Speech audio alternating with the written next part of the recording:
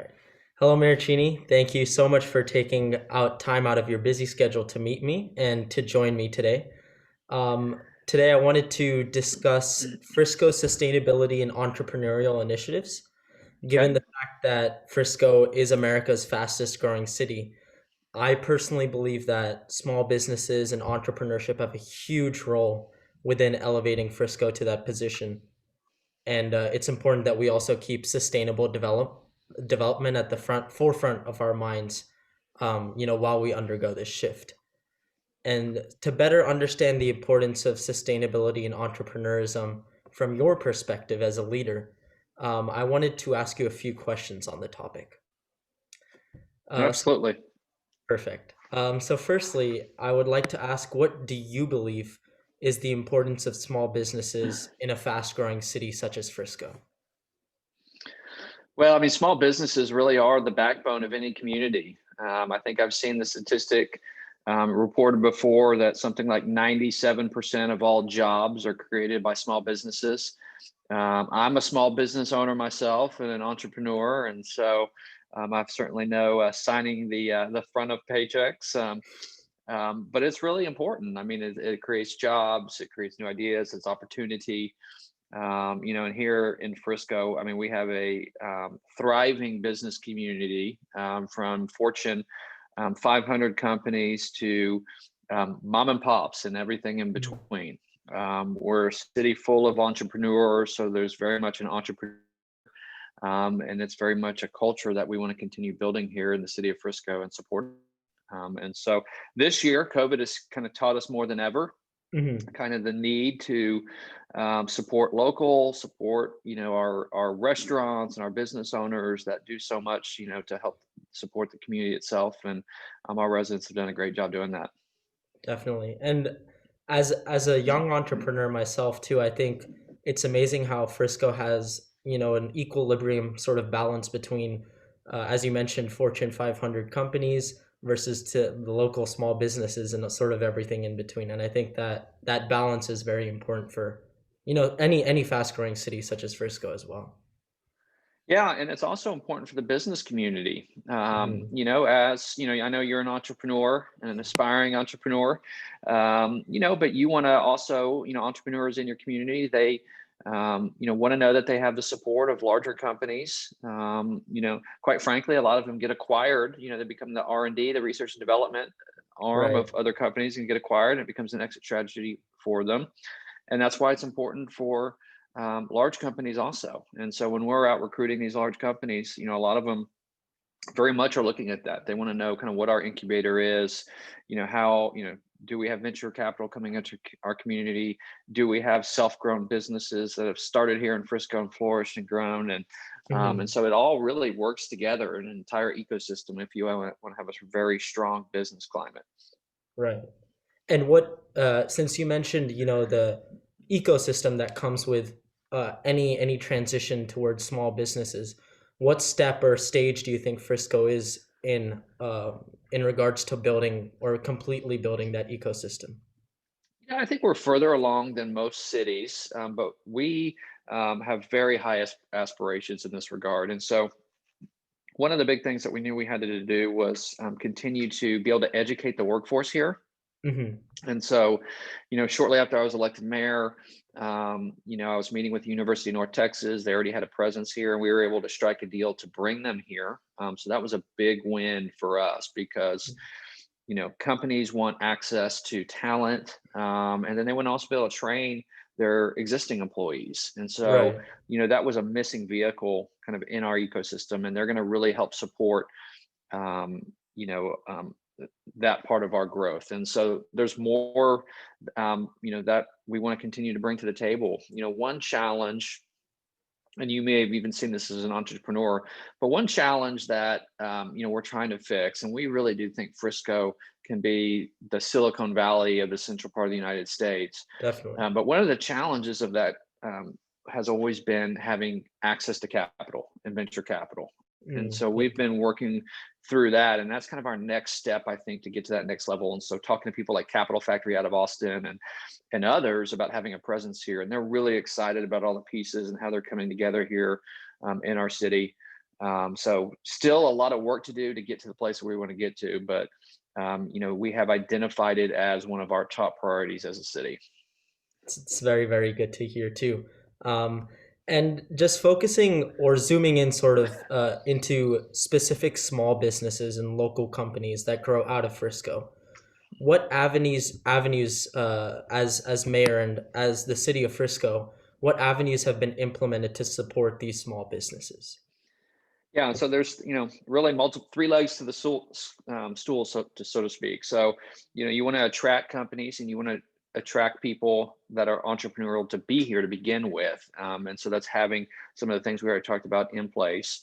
You want to help them with their product. So a lot of times entrepreneurs, they don't know how to be a CFO or an HR director or you know legal documents or what to do next, how to go public.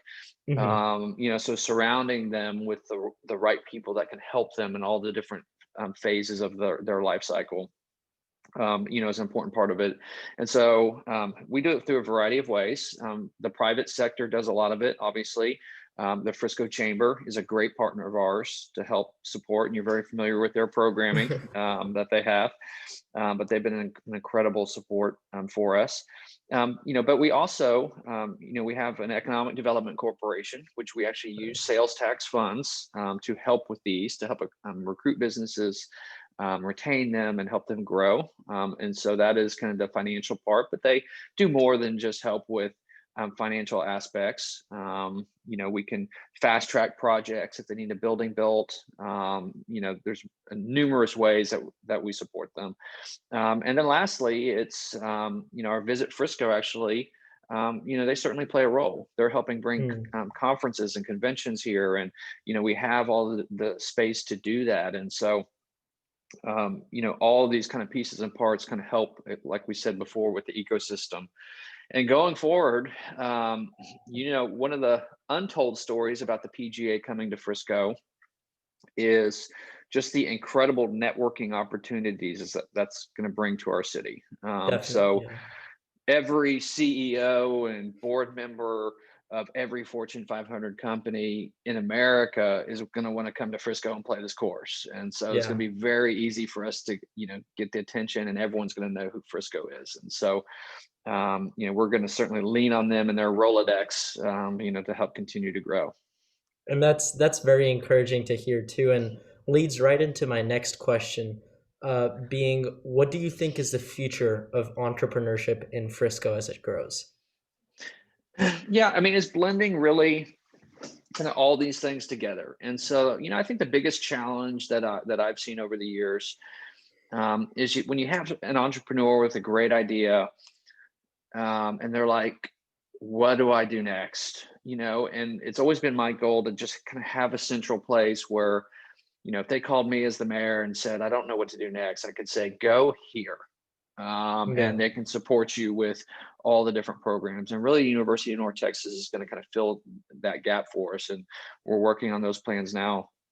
But before, I mean, there's just so many different programs that are out there to support the entrepreneur. And it just became a little overwhelming. Mhm. And so, kind of creating those tools. The big part about entrepreneurs, in this community is we talk about trying to make collisions happen. And so that's where great ideas get generated, and that's Right. been tough in the COVID world. Hmm. But really, kind of all these entrepreneurs that can share ideas or become partners or help each other.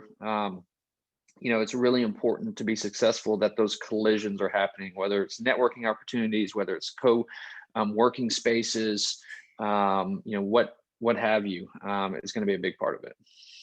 Perfect. Yeah. And since you mentioned how the University of North Texas is going to play a huge role in filling, that resource gap per se, what do you think is are steps that Frisco is taking to bring entrepreneurial education not to current entrepreneurs, but maybe part of the younger population? Well, I mean, programs like you've participated in, which is, the YEA program. Um, I mean, yourself and Hmm. other kids in the school district, are just so amazing. I mean, so the things that are Thank you. happening here are just, right in our schools. I thought I was a pretty good student, and I can't.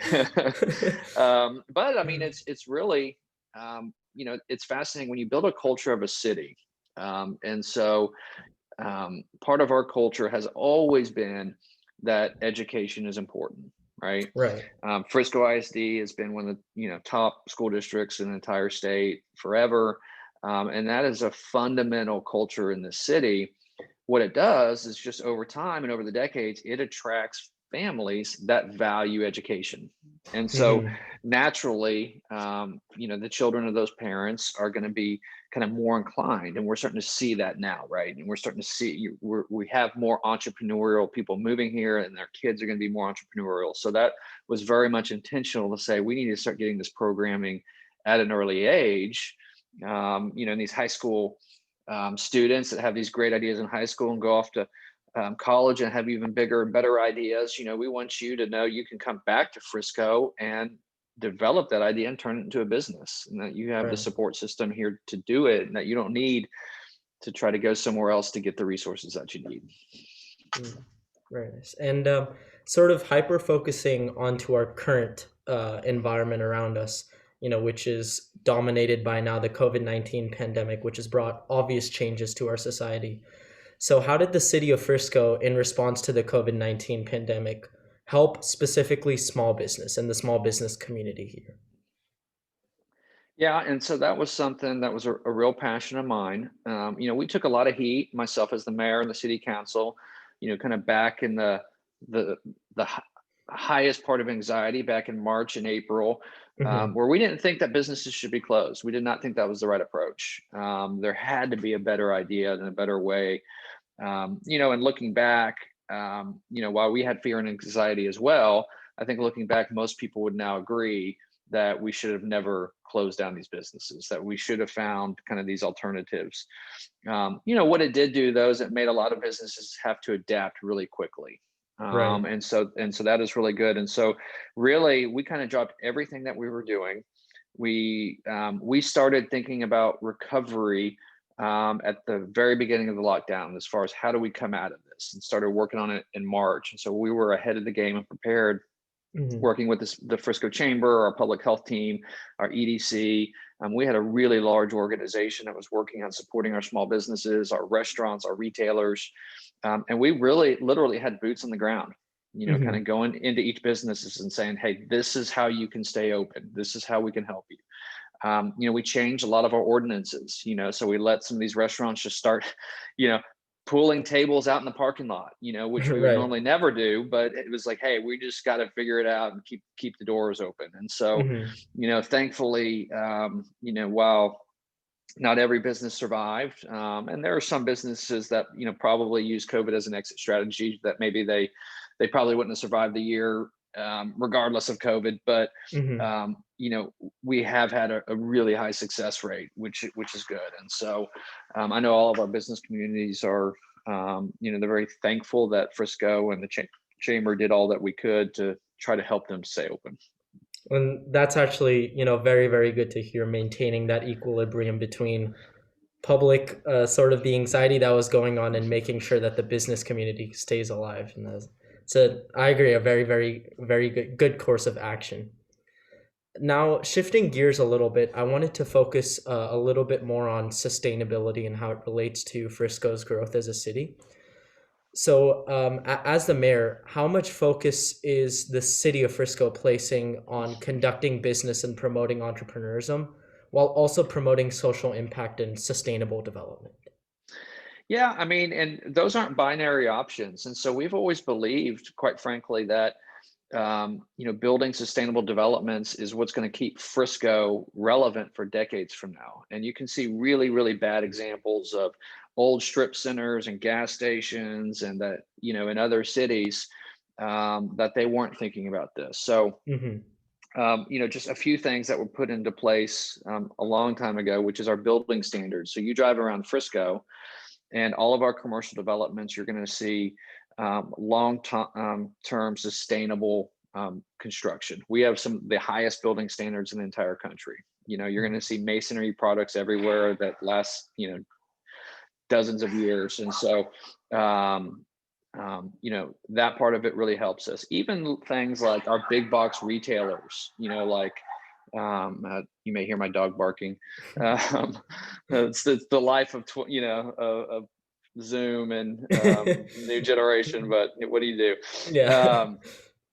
But even like our big box retailers, we make them. If you go look at a Target or a Walmart, it's not just one long um, wall like you see in many cities. It's broken up into multiple different facades, and the reason is Right. if big box retailers become no more at some time, then it can be divided into multiple smaller stores. So Mm. um, building standards is really important to that.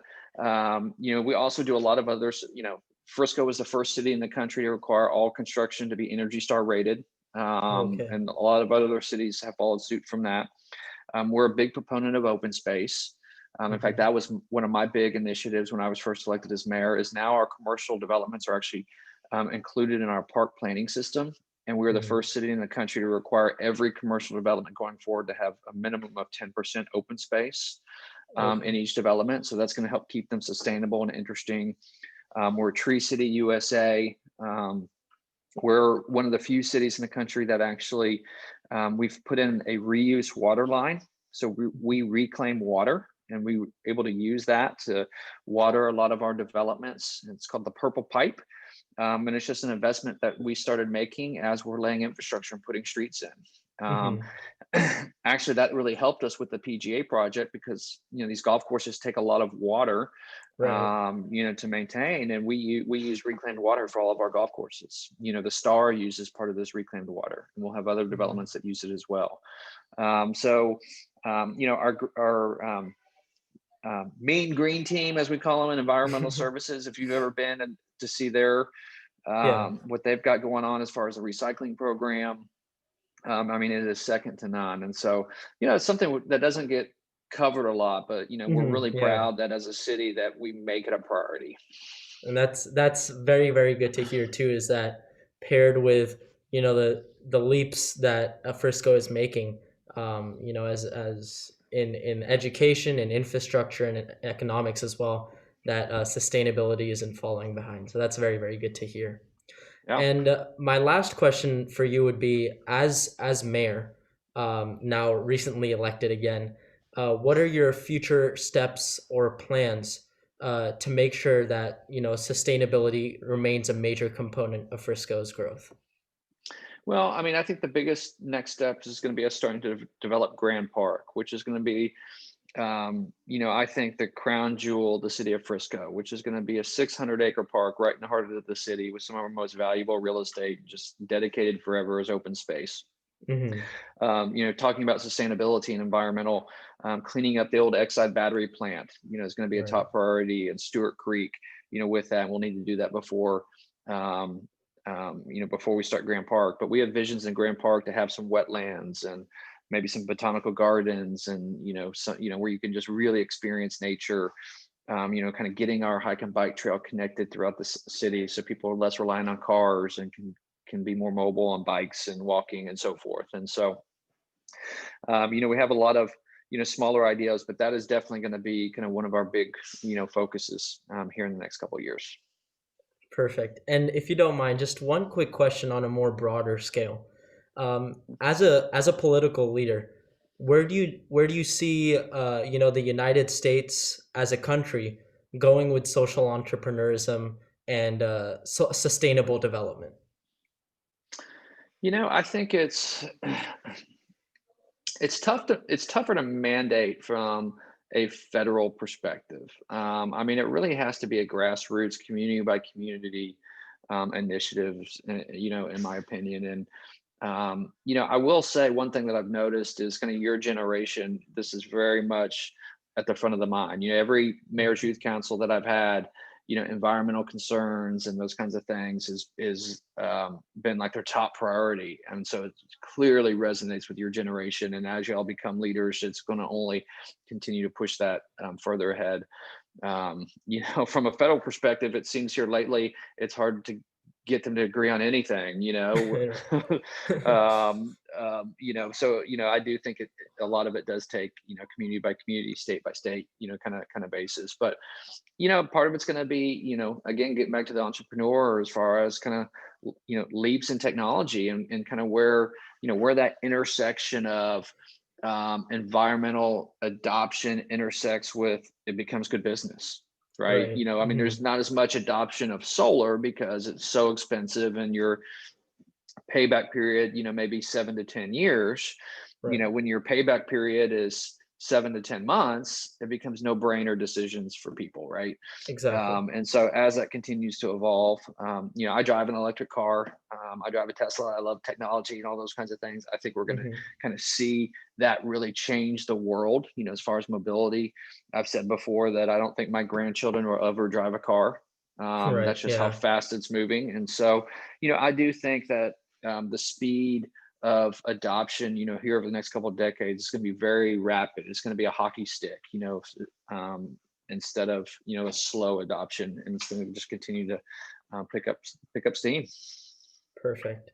Well, this has been a very, very encouraging discussion. I think not only for me, but anyone who decides to listen to this as well. And it's definitely inspiring for all, not only young entrepreneurs as well, but sort of any social impact entrepreneur. So I really do want to thank you for your time today, and I really do appreciate you taking time out of your schedule to help me expand my knowledge base. Thank you, Mayor Yeah, Cheney. my pleasure. I hope to see you soon. Definitely. Thank you so much. Have a great day. Thank you.